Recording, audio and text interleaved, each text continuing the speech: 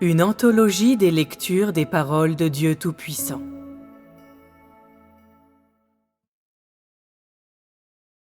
Dieu lui-même, l'unique 6. La sainteté de Dieu 3.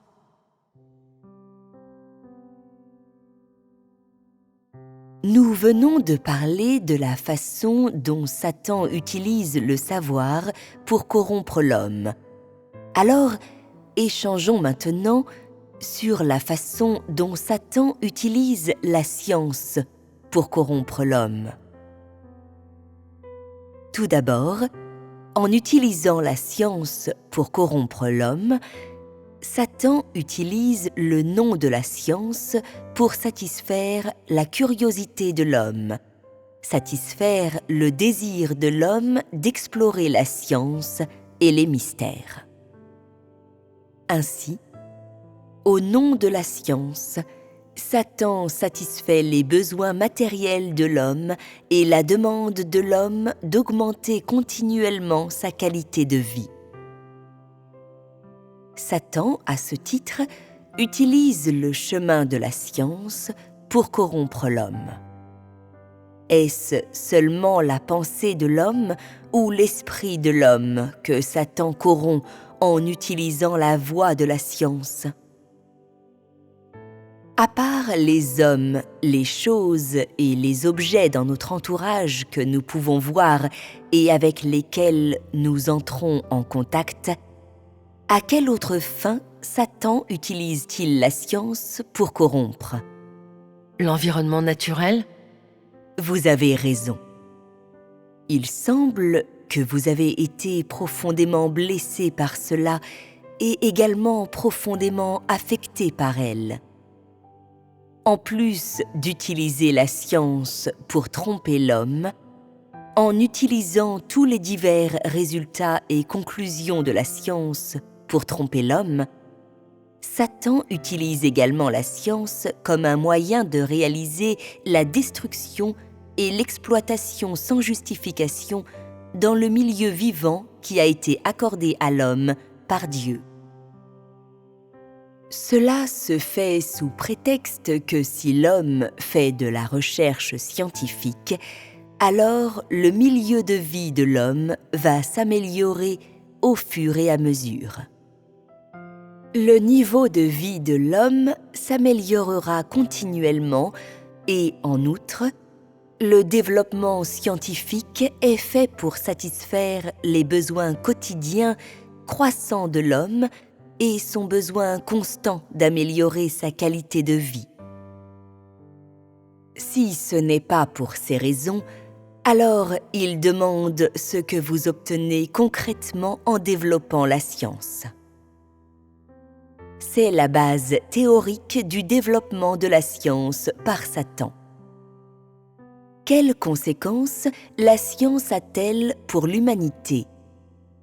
De quoi est composé notre environnement immédiat ? L'air que l'humanité respire n'a-t-il pas été pollué ? L'eau que nous buvons est-elle encore pure ? Non.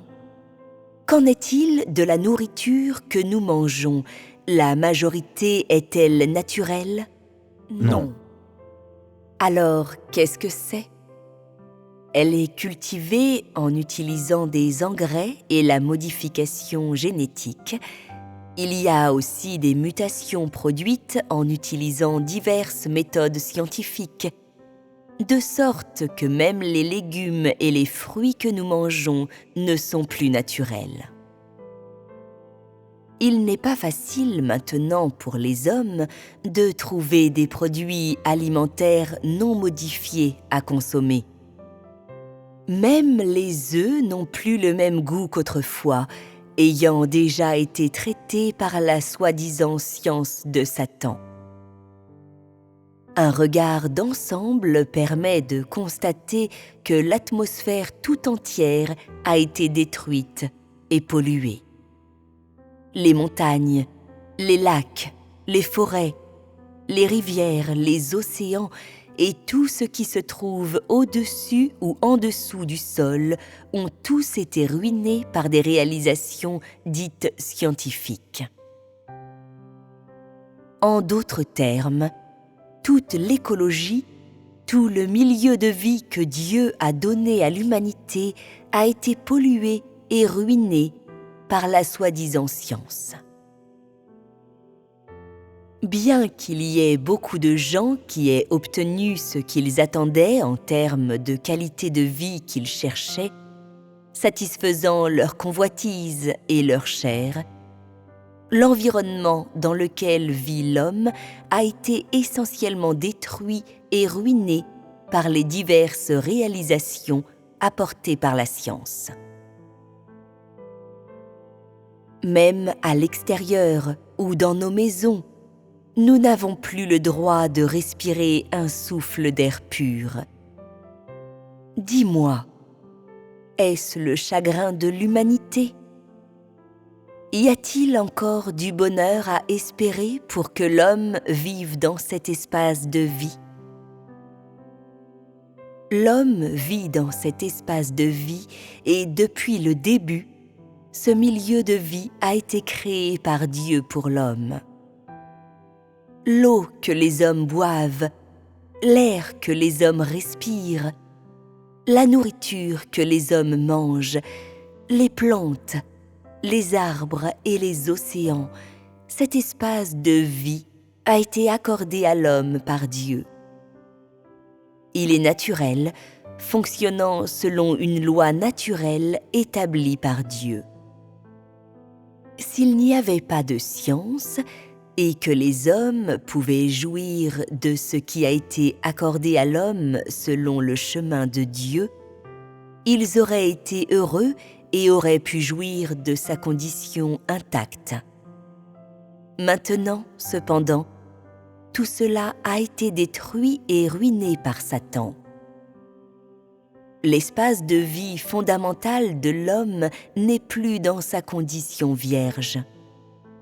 Mais personne n'est capable de reconnaître ce qui a causé ce genre de conséquences ou comment cela s'est produit. De plus en plus de personnes comprennent et abordent la science en utilisant les idées inculquées en eux par Satan et en regardant la science avec des yeux terrestres. N'est-ce pas odieux et pitoyable ? Satan contrôlant maintenant l'espace dans lequel les hommes existent, leur espace de vie, et les y ayant corrompus, et les hommes continuant à se développer de cette manière, a-t-on encore besoin de la main de Dieu pour exterminer les hommes de la terre qui a été si profondément corrompue et qui lui est devenue hostile ? La main de Dieu doit-elle détruire l'humanité ? Non ? Si l'humanité continue à se développer de cette façon, quelle direction prendra-t-elle ? La ruine ? Comment l'humanité sera-t-elle ruinée ? En plus de la recherche avide de l'homme de la gloire et du gain, il fait continuellement de l'exploration scientifique et de la recherche approfondie pour satisfaire ses besoins matériels et ses convoitises. Quelles sont donc les conséquences pour l'homme ?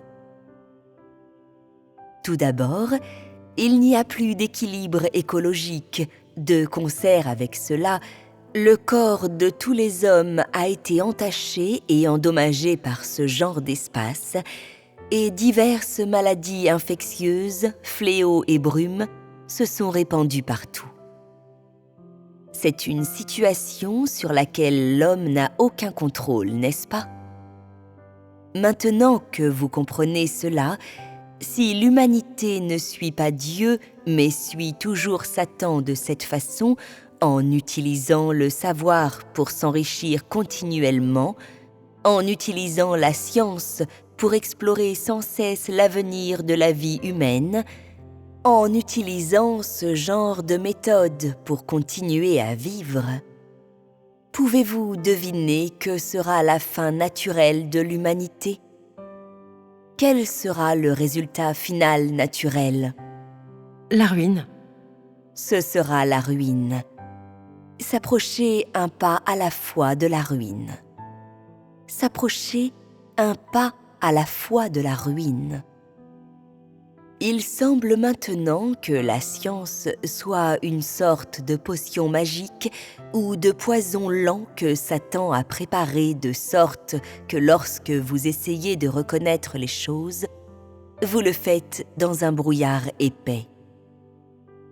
Peu importe comment vous regardez, vous ne pouvez voir les choses clairement, et peu importe comment vous essayez, vous ne pouvez les comprendre.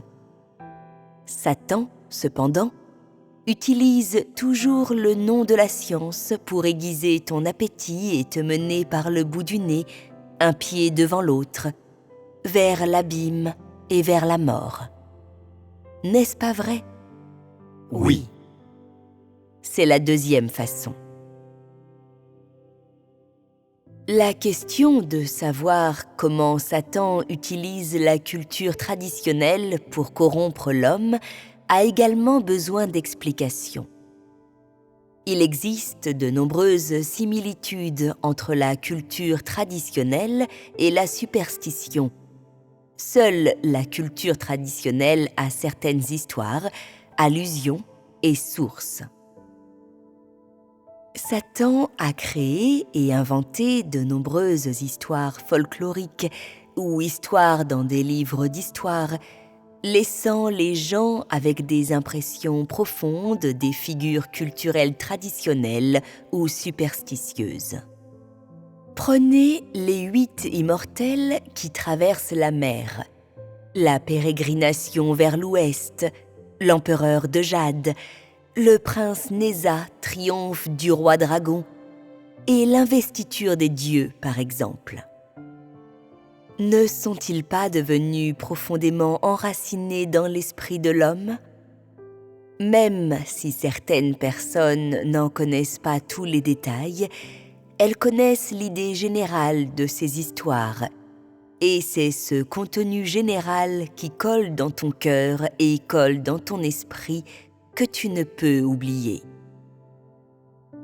Ce sont des choses que Satan a mises en place pour l'homme il y a longtemps, ayant, à différentes époques, éparpillé ses diverses idées et philosophies de vie. Ces choses blessent et érodent l'âme des hommes en les envoûtant les uns après les autres. C'est-à-dire qu'une fois que tu as accepté ces choses qui découlent de la culture traditionnelle, des histoires ou de la superstition, une fois que ces choses sont incrustées dans ton esprit, une fois qu'elles sont coincées dans ton cœur, c'est comme un mauvais sort. Tu t'empêtres et tu es influencé par ces cultures, ces idées et ces histoires traditionnelles. Elles influencent ta vie, ta vision de la vie, et elles influencent également ton jugement des choses. Encore plus, elles influencent ta quête du vrai chemin de la vie. C'est vraiment un mauvais sort. Tu essayes, mais tu ne peux t'en débarrasser. Tu les combats, mais tu ne peux les abattre. Tu les combats, mais tu ne peux les vaincre. N'est-ce pas vrai? Oui. De plus, après que l'homme soit inconsciemment placé sous ce genre de mauvais sort, il commence sans le savoir à adorer Satan en favorisant l'image de Satan dans son cœur. En d'autres termes, ils considèrent Satan comme leur idole, un objet d'adoration pour eux et à mettre sous leur regard, allant même jusqu'à le traiter de la même manière qu'ils le feraient pour Dieu. Sans le savoir, ces choses sont dans le cœur des gens et contrôlent leurs paroles et leurs actes. Tu reconnais inconsciemment l'existence de ces histoires en les transformant en de véritables personnages, en les transformant en de véritables objets actuels. Sans le savoir, tu reçois inconsciemment ces idées et l'existence de ces choses. Tu reçois aussi inconsciemment des diables de Satan et des idoles dans ta maison, dans ton cœur. C'est vraiment un mauvais sort. Avez-vous le même sentiment? Oui. Y a-t-il parmi vous des personnes qui ont brûlé de l'encens et adoré Bouddha? Oui. Quel était donc le but recherché en brûlant de l'encens et en adorant Bouddha? Prier pour la paix. Est-il absurde de prier Satan pour la paix? Satan apporte-t-il la paix? Non. En y repensant aujourd'hui, étiez-vous ignorant à l'époque? Oui. Ce genre de pratique est absurde, ignorante et naïve, n'est-ce pas? Satan ne peut te donner la paix. Pourquoi? Satan ne pense qu'à te corrompre et ne peut te donner la paix. Il ne peut que t'accorder un répit temporaire. Mais tu dois faire un vœu et si tu brises ta promesse ou brises le vœu que tu as fait, alors tu verras comment il te tourmentera. En te poussant à faire un vœu, il veut en fait te contrôler, n'est-ce pas? Quand vous avez prié pour la paix, avez-vous obtenu la paix? Non. Vous n'avez pas obtenu la paix, mais au contraire, il a apporté le malheur, des désastres interminables et toute une série de calamités. Vraiment un océan infini d'amertume.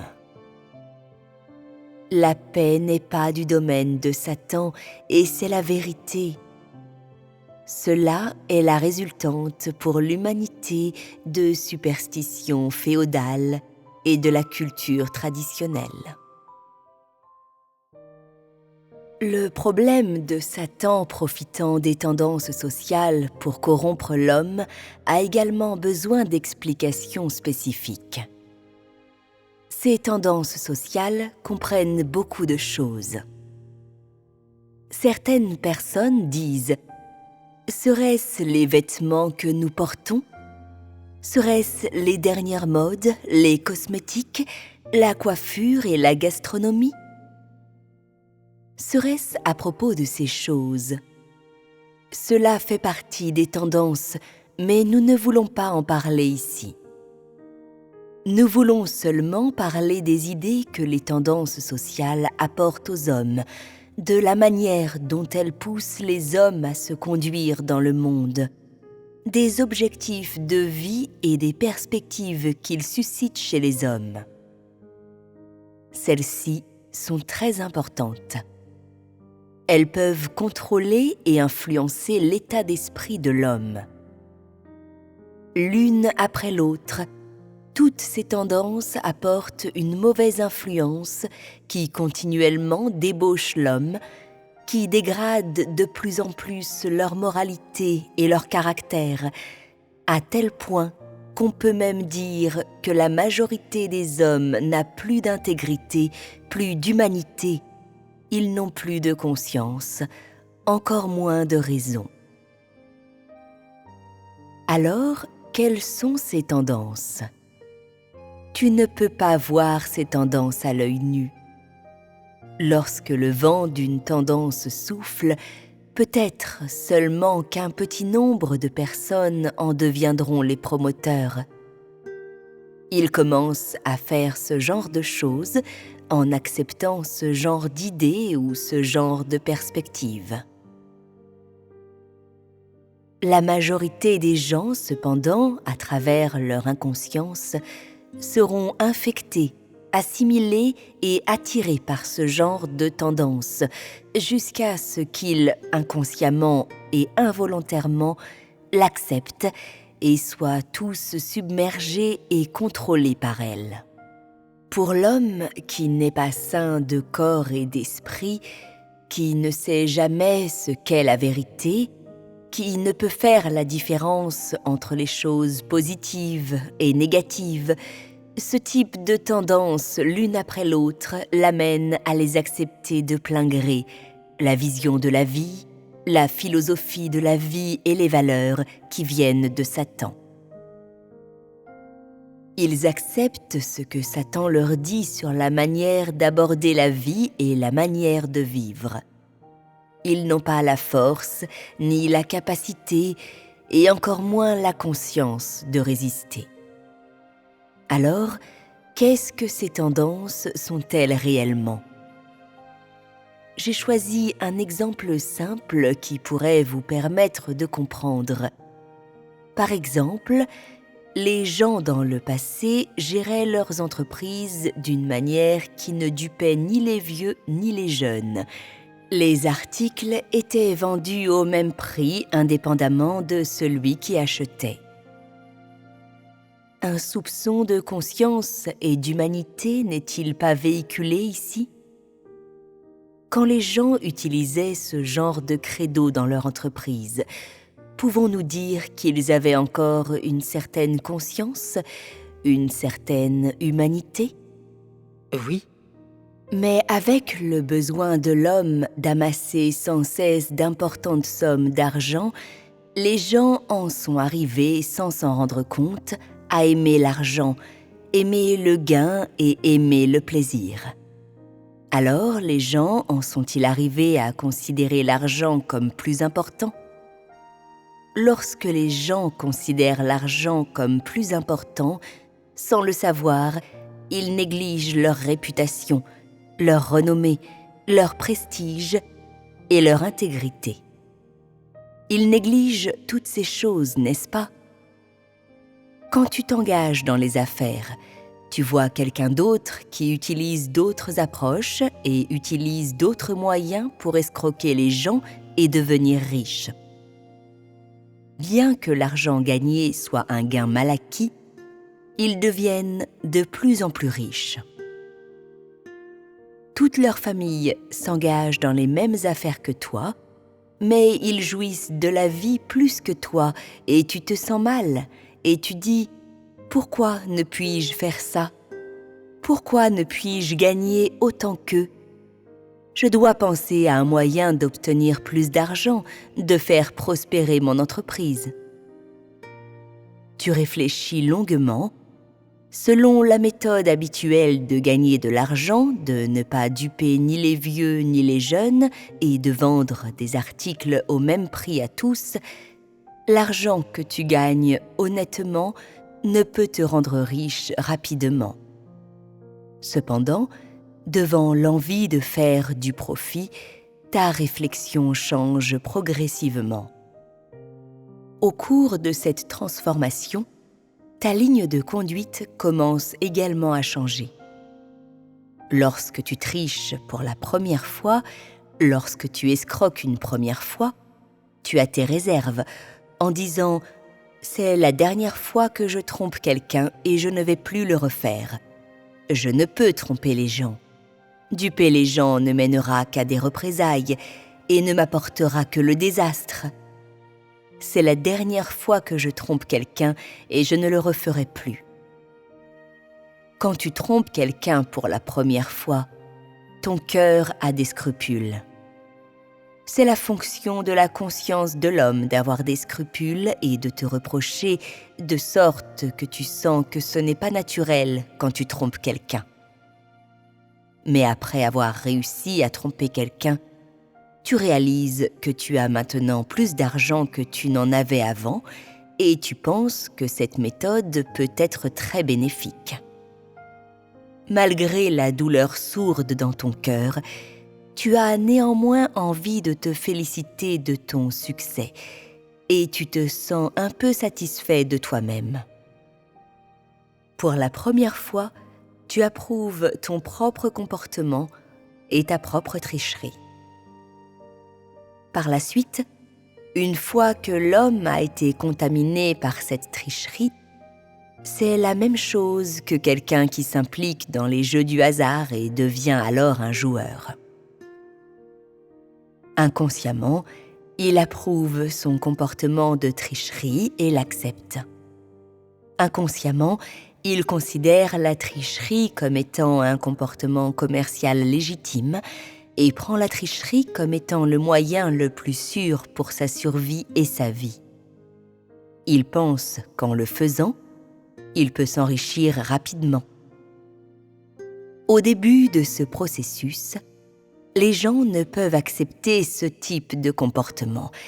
Ils regardent avec dédain ce comportement et cette façon de faire jusqu'à ce qu'ils l'essaient, l'expérimentent à leur façon, personnellement et directement, puis leur cœur commence à changer progressivement. Alors, quelle est cette transformation ? C'est une approbation et admission de cette tendance, une admission et approbation de ce type d'idée inculquée en toi par la tendance sociale. Par ignorance, tu penses que si tu ne triches pas en affaires, alors tu vas réaliser des pertes, que si tu ne triches pas, alors tu auras perdu quelque chose. Sans le savoir, cette tricherie devient ton âme, ton pilier, et devient aussi un type de comportement qui est une règle incontournable de ta vie. Une fois que l'homme a accepté ce comportement et cette façon de penser, le cœur de l'homme subit-il une transformation ? Ton cœur a changé, alors ton intégrité a-t-elle changé ? Ton humanité a-t-elle changé ? Oui, Alors ta conscience a-t-elle changé ? oui, Tout l'être de l'homme subit un changement qualitatif de son cœur à ses pensées, à tel point qu'ils sont complètement changés. Ce changement t'éloigne de plus en plus de Dieu, tu deviens de plus en plus conforme à Satan, de plus en plus semblable à lui. Maintenant, ces tendances sociales te sont plus faciles à comprendre. Je viens de choisir un exemple simple, un exemple courant auquel les gens vont s'habituer. Ces tendances sociales ont-elles une grande influence sur les gens ? oui, Alors, ces tendances sociales ont-elles un effet profondément destructeur sur les gens ? oui, Un effet très destructeur sur les gens. Satan utilise ces tendances sociales une après l'autre pour corrompre quoi en l'homme ? la conscience, la raison, l'humanité, les mœurs, Quoi d'autre ? La vision du monde de l'homme. Est-ce qu'il provoque une dégénérescence progressive chez les hommes ? oui, Satan utilise ces tendances sociales pour attirer les gens progressivement dans un nid de démons, de sorte que les gens emprisonnés dans ces tendances, sans le savoir, préconisent l'argent et les désirs matériels, de même que la méchanceté et la violence. Une fois que ces choses sont entrées dans le cœur de l'homme, que devient l'homme ? L'homme devient Satan, le diable. C'est à cause de quel penchant psychologique du cœur de l'homme ? Que préconise l'homme ? L'homme commence à aimer la méchanceté et la violence. Il n'aime plus la beauté et la bonté, et encore moins la paix.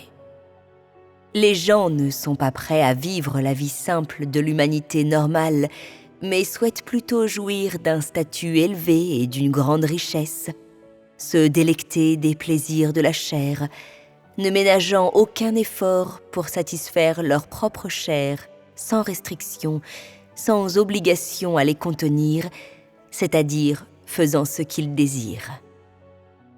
Alors, quand l'homme se trouve plongé dans ces types de tendances, la connaissance que tu as acquise peut-elle t'aider à te libérer ? La culture traditionnelle et les superstitions que tu connais peuvent-elles t'aider à te sortir de cette situation très difficile ? Les mœurs traditionnelles et la cérémonie traditionnelle que l'homme comprend peuvent-elles l'aider à faire preuve de retenue? Prenez par exemple le classique des 3 caractères. Peut-il aider les gens à sortir leurs pieds des sables mouvants que constituent ces tendances? Non, il ne le peut. De cette façon, l'homme devient de plus en plus quoi? De plus en plus mauvais, arrogant, condescendant, égoïste et méchant. Il n'y a plus d'affection entre les gens, plus d'amour entre les membres d'une famille, plus d'entente entre les parents et les amis. Les relations humaines sont devenues entachées de tricherie, de violence. Chaque personne veut utiliser la tricherie et des méthodes violentes pour vivre parmi ses semblables. Elle ment, triche et devient violente afin d'assurer sa subsistance. Elle gagne sa place et réalise des profits en utilisant la violence et fait tout ce qu'elle veut en utilisant des moyens violents et tordus. Cette humanité n'est-elle pas terrifiante? Oui, Après m'avoir entendu parler de ces choses tout à l'heure, ne pensez-vous pas qu'il est terrifiant de vivre dans ce genre de foule, dans ce monde et dans cet environnement que Satan a corrompu? Oui. Alors vous êtes-vous jamais senti pitoyable? Vous devez le sentir un peu maintenant. Oui.